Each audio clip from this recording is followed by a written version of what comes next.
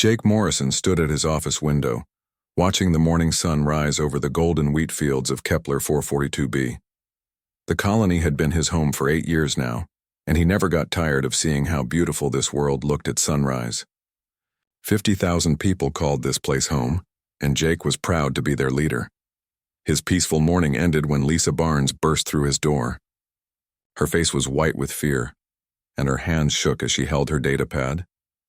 "Jake, you need to see this right now," she said. Lisa was the head of security for the colony, and Jake had never seen her this scared before.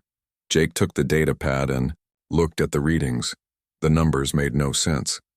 "These seismic readings are impossible," he said. "The whole planet is shaking at once." "It gets worse," Lisa said. She pressed another button on the pad. "Look at this pattern. The shaking is happening in a perfect circle around each of our cities. This isn't natural." Jake felt his stomach drop. In 8 years on this planet, they had never seen anything like this.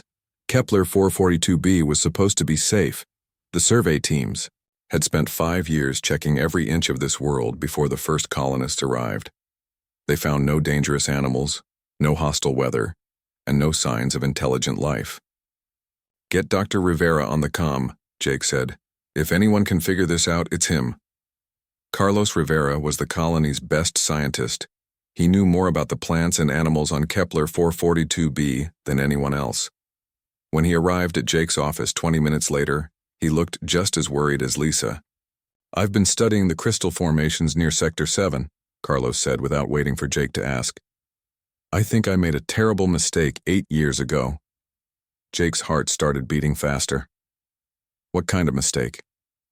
Carlos pulled out his, own datapad and showed them pictures of huge crystal structures that looked like mountains. "I always thought these were just rocks. Beautiful rocks, but just rocks. I was wrong. They're not rocks at all, they're alive." "Alive?" Lisa asked. "How can rocks be alive?" "They're not rocks," Carlos said again. "They're creatures, ancient creatures that have been sleeping under our feet for thousands, maybe millions, of years. And I think our terraforming machines woke them up." Jake stared at the pictures.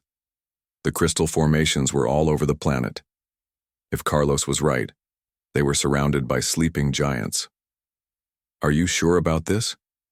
"The seismic readings prove it," Carlos said. "These beings are moving underground. They're waking up and they're not happy that we're here."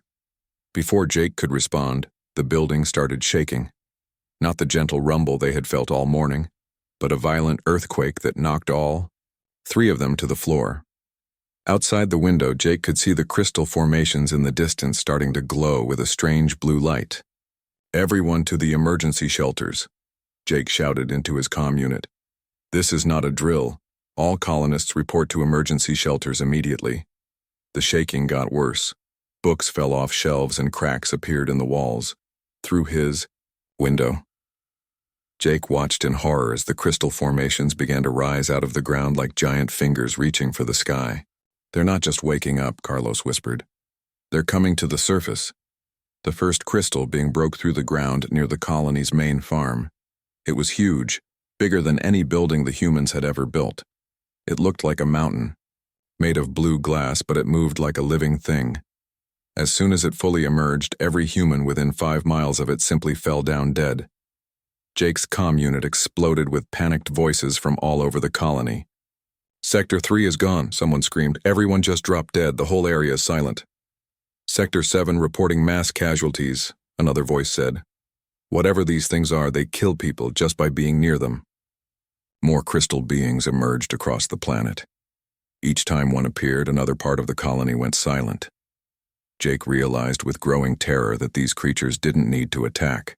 They just had to exist, and humans died. "The communication center," Jake said.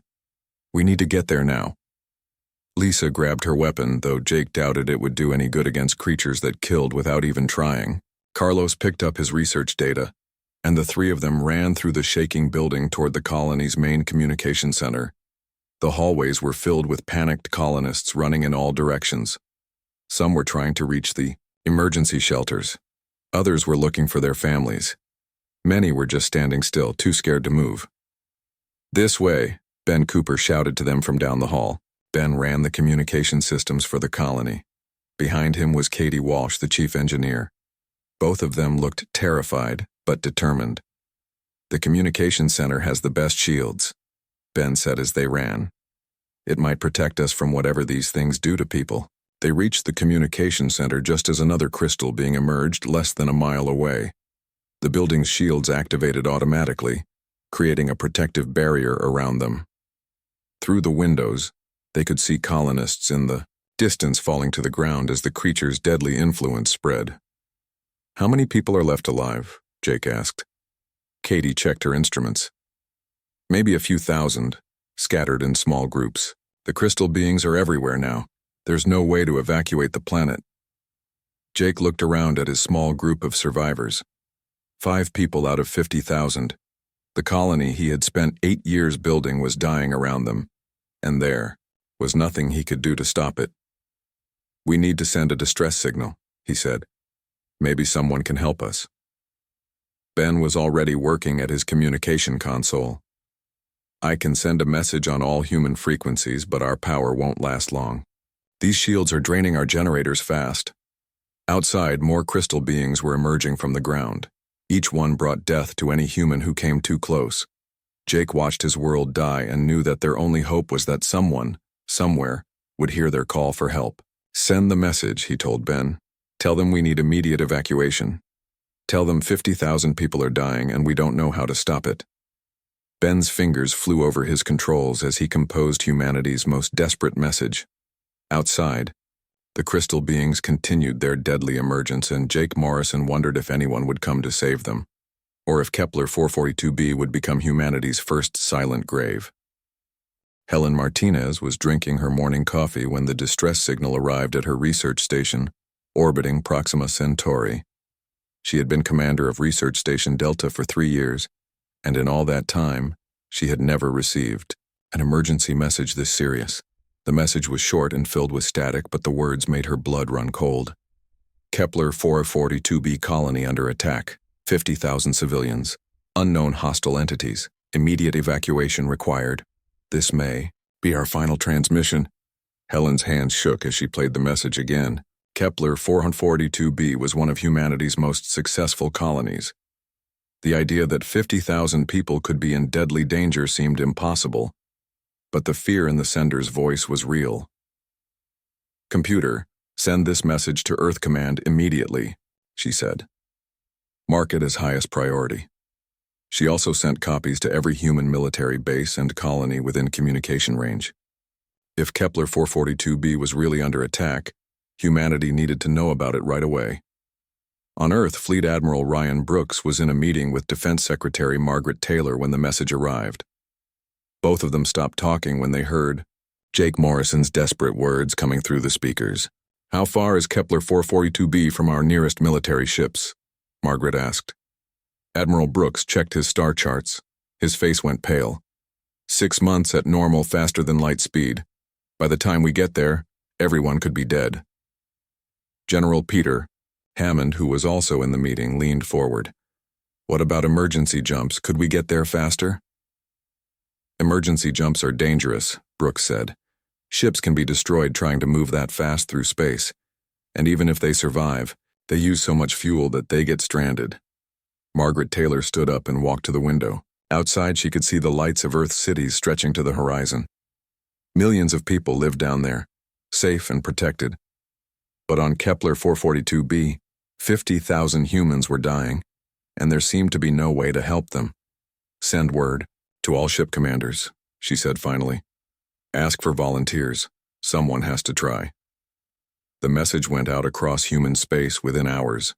Captain Sam Rodriguez of the UES Defiant received it, while his ship was patrolling near the edge of human territory. The Defiant was a mid-sized patrol vessel with a crew of 43 good people. Sam called his senior officers to the bridge to discuss the situation. His navigation officer, Claire Johnson, studied the numbers and shook her head. "An emergency jump to Kepler 442b would use all our fuel," she said. "We could get there, but we'd never get back. We'd be stranded in space with no way home. And there's only a 70% chance we'd survive the jump." added his chief engineer. Emergency jumps that long have killed ships before. Sam looked around at his crew. These were good people who had families back home. He had no right to ask them to risk their lives for strangers. But as he thought about 50,000 people dying alone in space, he knew he had to try. "I won't order anyone to come with me," he said.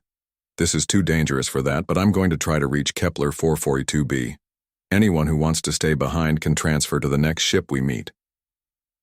His crew looked at each other for a long moment. Then Claire Johnson spoke up. "With respect, Captain, you'll need a navigator to make that jump. I'm staying." One by one, the rest of the crew agreed to come. They all knew the risks, but they also knew that somewhere in space, humans were dying and calling for help. While the Defiant prepared for its dangerous journey, news of the Kepler 442b crisis spread through the underground networks that connected human colonies and traders.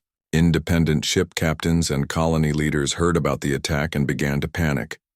If Kepler 442b could fall to unknown aliens, what about their worlds? What about their families?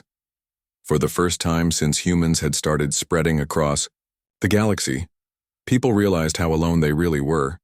But humans weren't the only ones who heard the distress signal. The alien members of the Galactic Coalition also picked up the transmission.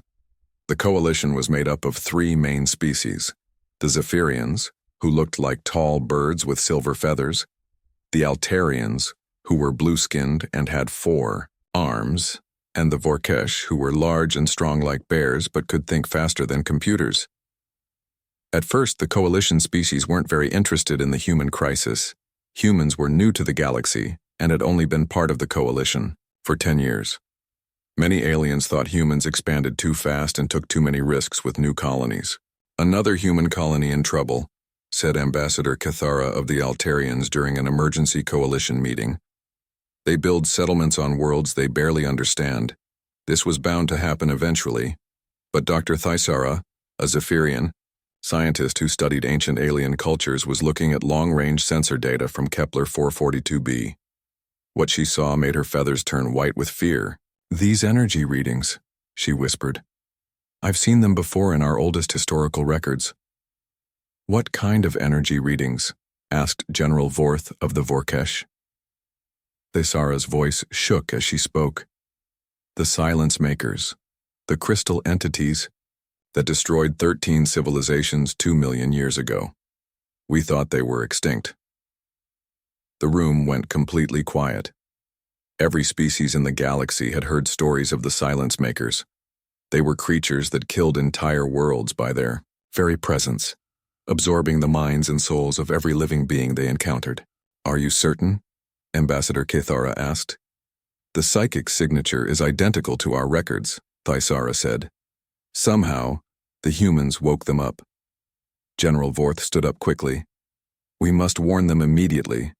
If the Silence Makers are returning, every world in the galaxy is in danger." But their warning message would take days to reach human space.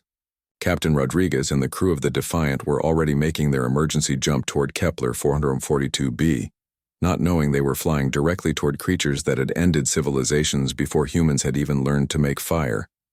In Earth Command, Admiral Brooks received reports that other human colonies were starting to panic. Some were demanding military protection. Others were preparing to evacuate their worlds entirely. "We need to stay calm," Brooks told his staff.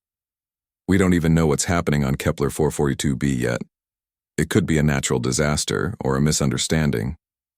But deep in his heart, Brooks knew something terrible was happening. The fear in Jake Morrison's voice had been too real, too desperate. Whatever was attacking Kepler 442b was unlike anything humanity had ever faced. As the hours passed, Brooks found himself staring at the star charts, counting the time until the Defiant would reach Kepler 442b. If Captain Rodriguez and his crew survived their emergency jump, they would be humanity's first witnesses to whatever had destroyed the colony. Brooks just hoped there would still be someone alive to save when they got there. The silence from Kepler 442b was growing longer with each passing hour, and silence, as humanity would soon learn, was the most terrifying sound in the galaxy. Captain Sam Rodriguez felt like his bones were being crushed as the UES Defiant came out of its emergency jump near Kepler 442b. The ship shook violently, and sparks flew from control panels all around the bridge. Half his crew was unconscious, and the other half looked like they wanted to be. "Report," Sam said, though his own voice sounded weak and shaky. Claire Johnson, his navigator, was bleeding from a cut on her forehead, but she was still working at her station. "Jump successful, Captain. We're in the Kepler 442b system. But our engines are completely drained. We have no fuel left for another jump." Sam nodded. They had known this would happen. The Defiant was now stranded in space, but at least they had made it alive. That was better than the 30% chance of death they had calculated before the jump. "What about the colony?" Sam asked. Dr. Amy Foster, the ship's science officer, was staring at her instruments with a look of horror on her face. "Captain, I'm not reading any human life signs from the planet." "None at all?" "None.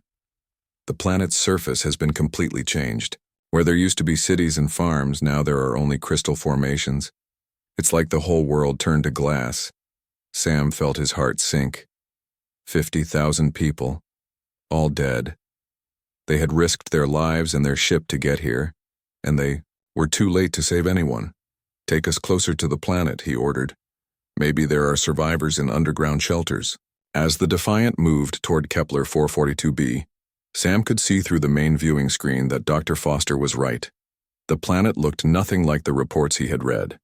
Instead of green fields and human cities, the surface was covered with massive crystal structures that reached up into the sky like frozen lightning. "Captain," Foster said, her voice full of fear, "I'm detecting movement in those crystal formations. They're not just rocks, they're alive." Before Sam could respond, his communication officer received an urgent message from the Galactic Coalition. The message was from Dr. Thesaura, a Zephyrian scientist. "Human vessel, you must leave that system immediately," the message said. "You are in the presence of entities we call the Silence Makers. They are extremely dangerous. Do not attempt to land on the planet." "Silence Makers?" Sam asked his crew. Has anyone heard of these before?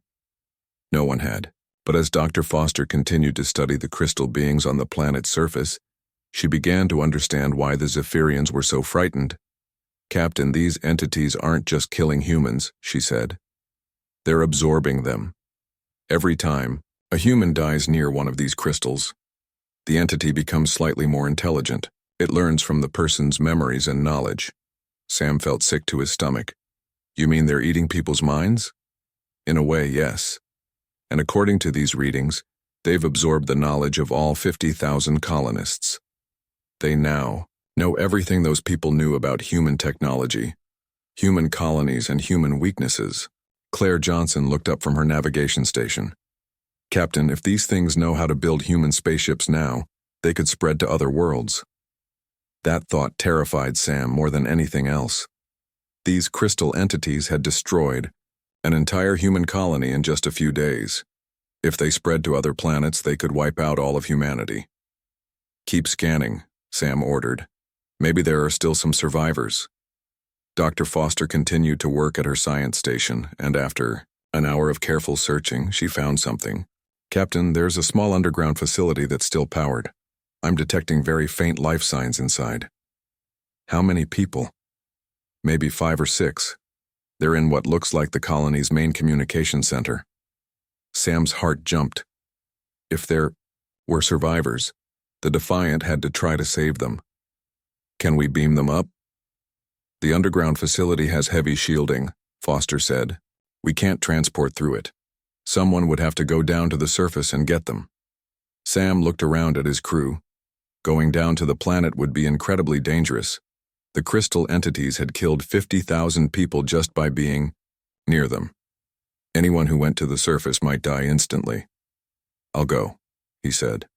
"Captain, that's suicide," Claire protested. "We don't know how these things kill people. You could be dead before you even land." "Someone has to try," Sam said. "We can't leave survivors to die down there." Dr. Foster was still studying her instruments. "Wait," she said suddenly. "I think I know how these entities kill people. They emit a kind of psychic energy that stops the human brain from working. But the communication center the survivors are hiding in has special shielding that blocks psychic attacks. So as long as we stay inside shielded areas, we might be safe? Maybe. But we'd have to find a way to get the survivors from their shelter to our shuttle without going near any of the crystal entities. Sam was about to start planning a rescue mission when Foster made another discovery that changed everything. "Captain, you need to see this," she said. "I've been analyzing the remains of the colony's computer systems. Jake Morrison, the colony administrator, left behind some final log entries before he died." Foster put the log entries on the main screen. Jake Morrison's face appeared, but he looked exhausted and terrified. Behind him, they could hear the sounds of the crystal entities moving closer to his hiding place. "This is Administrator Morrison's final log," Jake's recorded voice said. "The crystal entities have absorbed the minds of most of our people, but that's not the worst part. They're learning from us. They now know the locations of every human colony in this sector of space. They know our ship designs, our weapons, our defenses." The recording continued with Jake's increasingly desperate voice. "They're building something, using our own technology against us. I can see them through the security cameras, creating structures that look like our spaceships but made of crystal. They're planning to leave this planet and spread to other human worlds." The final part of Jake's message made Sam's blood run cold. "To anyone who receives this message, don't try to save us. It's too late for Kepler 442b, but you have to stop these things before they spread. They're not just going to kill us all, they're going to become us and then use our own knowledge to destroy everything we've built." Sam stared at the screen long after Jake's message ended. The situation was even worse than they had thought. Not only had the crystal entities destroyed the colony, but they were planning to use human technology to attack other human worlds. "Captain," Claire said quietly, "our nuclear self-destruct could destroy this entire planet. If we blow up the Defiant right here, we might be able to kill all the crystal entities before they can spread." Sam knew she was right. 43 people against creatures that had destroyed 50,000. The mathematics was simple. They could save the rest of humanity by sacrificing themselves. "Prepare the self-destruct sequence," Sam said. "But first, we send a message to Earth Command. They need to know what really happened here." As the crew of the Defiant prepared to make the ultimate sacrifice, none of them knew that Jake Morrison was still alive in his underground shelter, desperately trying to find a way to fight back against the crystal entities. And none of them knew that humanity's response to the crisis was about to surprise the entire galaxy. The Silence Makers had destroyed 13 civilizations over millions of years, but they had never encountered anything quite like humans before. And as Sam Rodriguez was about to discover, sometimes the most desperate situations produce the most unexpected solutions. Captain Sam Rodriguez was 30 seconds away from destroying his ship when Chief Engineer Danny Kim made a discovery that changed everything. "Captain, wait!" Danny shouted from his engineering station. "Something's happening with our quantum drive." Sam's finger stopped just above the self-destruct button. "What do you mean?"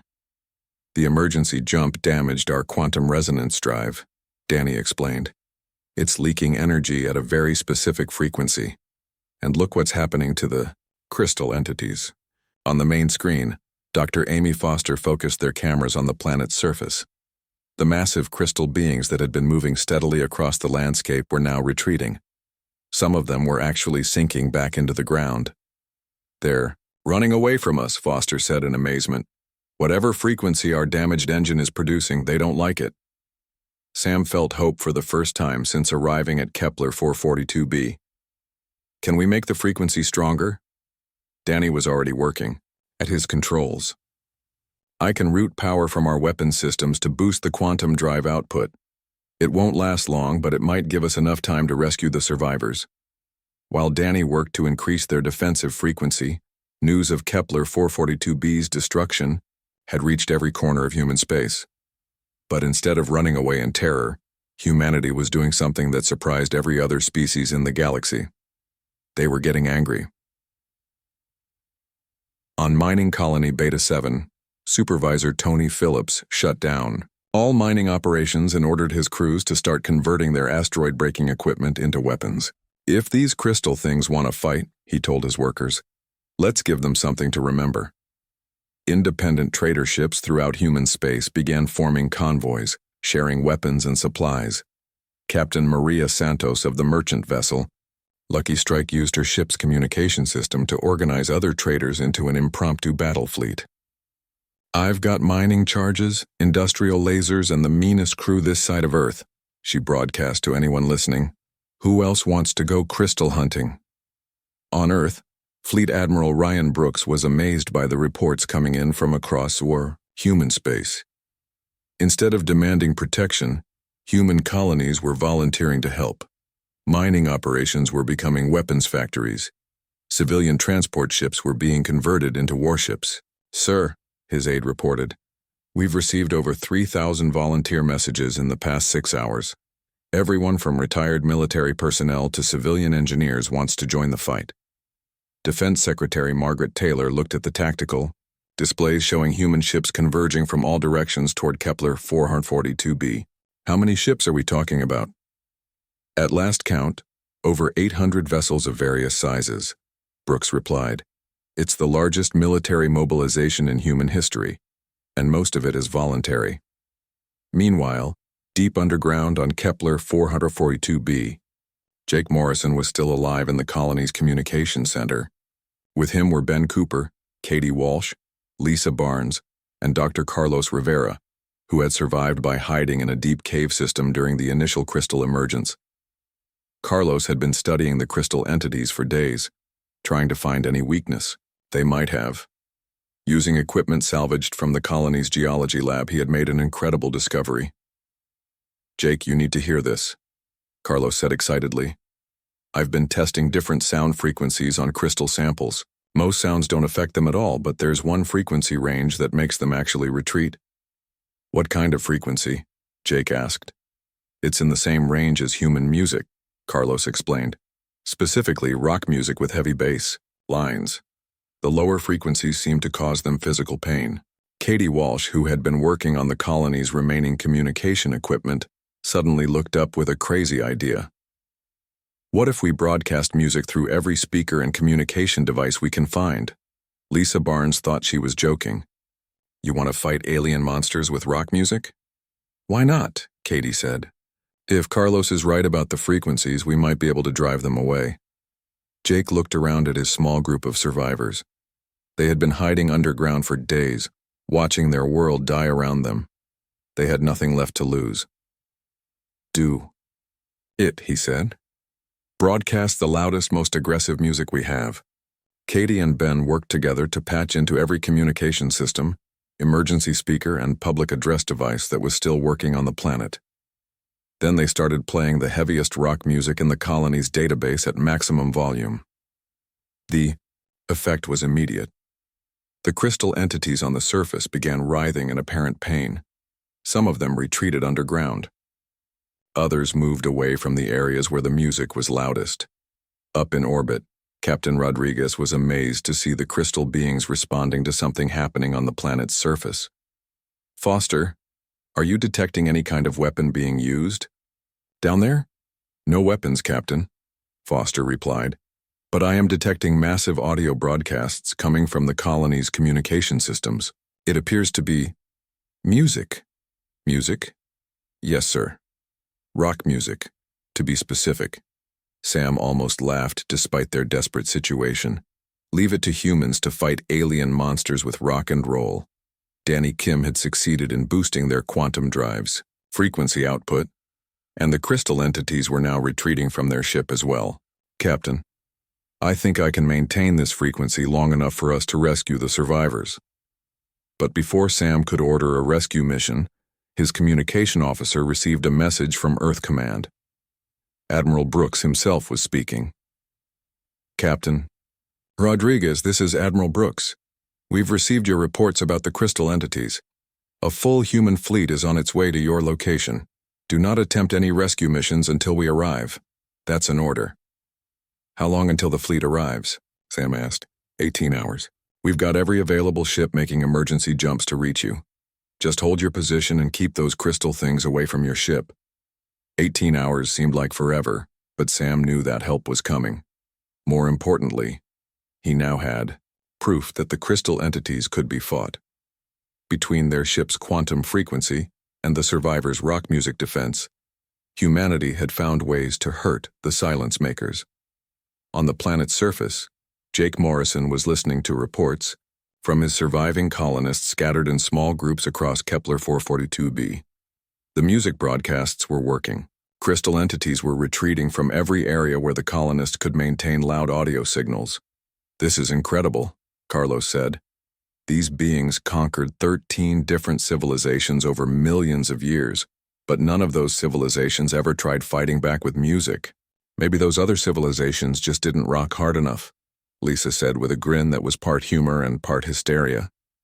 As word of the successful music defense spread to the approaching human fleet, Admiral Brooks issued new orders to every AID ship commander. "Reconfigure all communication arrays for audio broadcast," he commanded. "Every ship is to carry the loudest music library they can fit in their computers. We're going to show these crystal entities what happens when you mess with humanity." The aliens in the Galactic Coalition were monitoring human communications, and what they heard terrified them. The Zephyrians had expected humans to flee from the silence makers. The Altarians thought humans would beg for help. The Vorkesh assumed humans would try to negotiate. Instead, humans were loading up their spaceships with rock music and flying toward a battle that had destroyed 13 civilizations.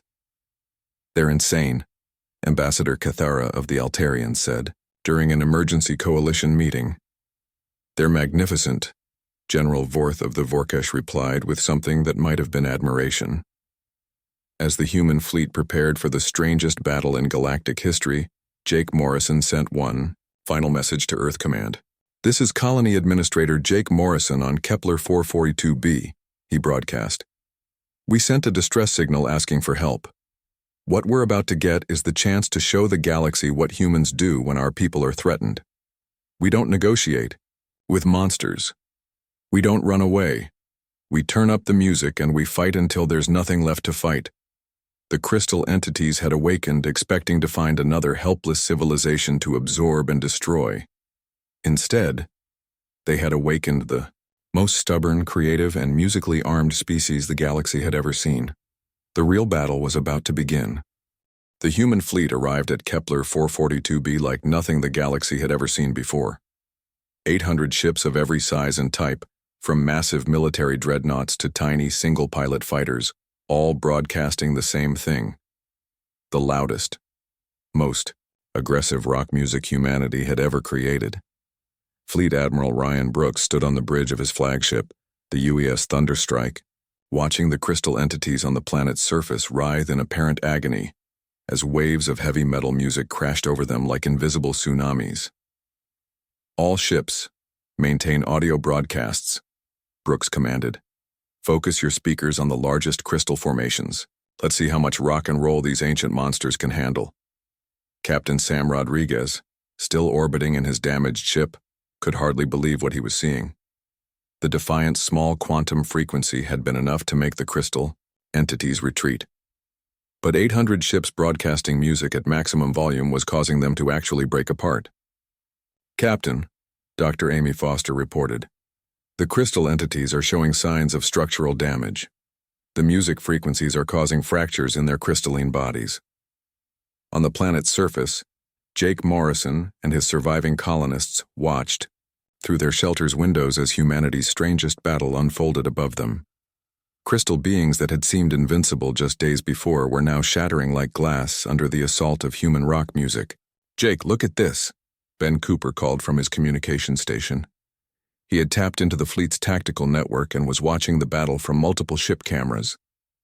"They're not just playing music, they're coordinating it." Ben was right. The human fleet had organized their music broadcasts into a massive coordinated attack. Ships would focus their audio weapons on specific crystal entities while others provided covering fire with industrial mining lasers and converted civilian weapons. Tony Phillips, the mining supervisor who had volunteered his crews for the battle, was commanding a squadron of converted asteroid miners. "Target that big crystal formation at coordinates 4723, he ordered his ships. "Hit it with everything we've got. Time to see what a Class 5 mining laser does to alien rock monsters." The converted mining ships opened fire with equipment designed to break apart asteroids. Combined with the constant music assault, the crystal entities began falling faster than they could regenerate. But the real shock came when the crystal entities tried to fight back, using the human technology they had absorbed from the colonists' minds. Several of the larger entities began creating crystal versions of human spaceships, just as Jake Morrison had warned in his final logs. "Admiral, we have crystal ships launching from the planet," reported Captain Lisa Sanders of the destroyer, UES Relentless. "They appear to be using our own ship designs against us." Brooks studied the tactical display. The crystal ships looked exactly like human vessels, but they were made entirely of the same blue crystal material as their creators. "All ships maintain music broadcasts and engage crystal vessels as they launch. Don't let them reach open space." What followed was the strangest space battle in galactic history. Human ships blasting rock music while firing mining lasers at crystal copies of their own vessels. The crystal ships were fast and dangerous, but they had one critical weakness. They were still vulnerable to the same music frequencies that hurt their creators. Captain Maria Santos, the traitor who had organized the civilian convoy, found herself in a dogfight with a crystal version of her own ship. "This is getting weird," she told her crew. "I'm fighting myself while playing death metal. I love humanity."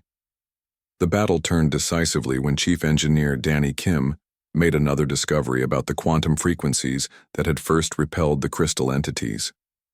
Admiral Brooks, Danny, broadcast to the fleet. "I've figured out how to weaponize our quantum drives.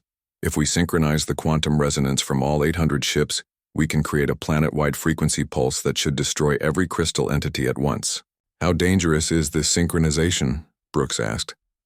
"About a 30% chance it destroys all our ships too," Danny admitted, "but it's guaranteed to kill every crystal entity on the planet and in space around it." Brooks looked around. At his bridge crew, these people had volunteered to risk their lives to save strangers. Now they were being asked to risk everything to make sure the crystal entities never threatened humanity again.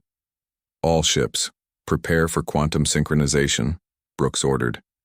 "This is for everyone who died on Kepler 442b, and for everyone who might die if these things spread to other worlds." As the human fleet prepared for their final desperate gambit, the other species of the Galactic Coalition watched in amazement from their monitoring stations throughout the galaxy. Dr. Thisara of the Zephyrians was studying the battle data with growing disbelief. "They're winning," she said to her colleagues. "The humans are actually winning against the Silence Makers." "How is that possible?" asked Ambassador Kithara of the Altarians. "These entities destroyed 13 civilizations. They were considered mythically powerful. The humans turned their entertainment into a weapon," Thisara replied. "No species in galactic history ever thought to fight the Silence Makers with music. And now they're about to sacrifice their entire fleet to make sure these entities never threaten anyone again." General Vorth of the Vorkesh, known throughout the galaxy for his military expertise, was reviewing the tactical recordings of the battle. "Look at their coordination," he said with something approaching awe. 800 ships from dozens of different colonies and organizations, and they're fighting like a single organism. How did they organize this so quickly?" "They didn't organize it," Thisara said quietly. "When humans hear a cry for help, they respond. It's apparently what they do." Back at Kepler 442b, the quantum synchronization was ready. Every human ship had aligned their quantum drives to produce a single, planet-shattering frequency pulse. "All ships report ready," came the reports from across the fleet. Brooks took a deep breath. "Execute quantum pulse in 3, 2, 1, now." 800 ships released their quantum energy at exactly the same moment. The pulse that resulted was like nothing ever seen in the galaxy before. It swept across Kepler 442b and through the surrounding space, causing every crystal entity to vibrate at frequencies that shattered their molecular structure. The crystal beings that had survived for millions of years, that had destroyed 13 civilizations, that had seemed invincible just hours before, crumbled to dust in seconds. Miraculously, the human ships survived. Danny Kim's calculations had been exactly right. The synchronized pulse destroyed the crystal entities while leaving the human fleet intact. All crystal entities eliminated, reported Dr. Foster from the Defiant. I'm reading no hostile life signs anywhere in the system. Cheers erupted across the human fleet. They had done the impossible. They had defeated the Silence Makers, but the real impact of their victory was being felt across the galaxy. Within days, every species in the Galactic Coalition received the same message from their intelligence services. Humanity has defeated the Silence Makers using music and determination. Recommend immediate diplomatic outreach. The Zephyrians, who had dismissed humans as primitive newcomers, began fortifying their borders and requesting defense treaties. The Altarians, who had considered humans too aggressive, started viewing them as essential military allies. The Vorkesh, known for their own military prowess, began studying human tactics with nervous respect. Jake Morrison, found barely alive, in his underground shelter became the first human to address the full Galactic Coalition. His speech was broadcast across every civilized world in the galaxy. We sent a distress signal asking for help, Jake said simply. What we got was the chance to show the galaxy what humans do when our people are threatened. We don't surrender. We don't negotiate with monsters. We turn up the music and we fight until there's nothing left to fight. Within a month, humanity was offered full membership in the Galactic Coalition, not as junior partners, but as the military force that every other species wanted on their side. The final scene of humanity's first great galactic victory came when Admiral Brooks received new distress signals from non-human worlds facing various threats across the galaxy. His response was immediate and became legendary. Load the playlist, we've got work to do. The galaxy had learned that when humans hear a cry for help, what arrives isn't just salvation. It's rock and roll, righteous fury, and the absolute refusal to let evil win. Sometimes, the galaxy discovered, that's exactly what the universe needs. From that day forward, no species in the galaxy ever questioned humanity's right to exist among the stars. They had announced their arrival not with diplomacy or trade, but by turning their music into weapons and their determination into victory. The distress signal from Kepler 442b had been meant to call for help. Instead, it became humanity's declaration that they were here to stay, and that anyone who threatened innocent people would have to face the full power of human rock and roll. The galaxy would never be the same again.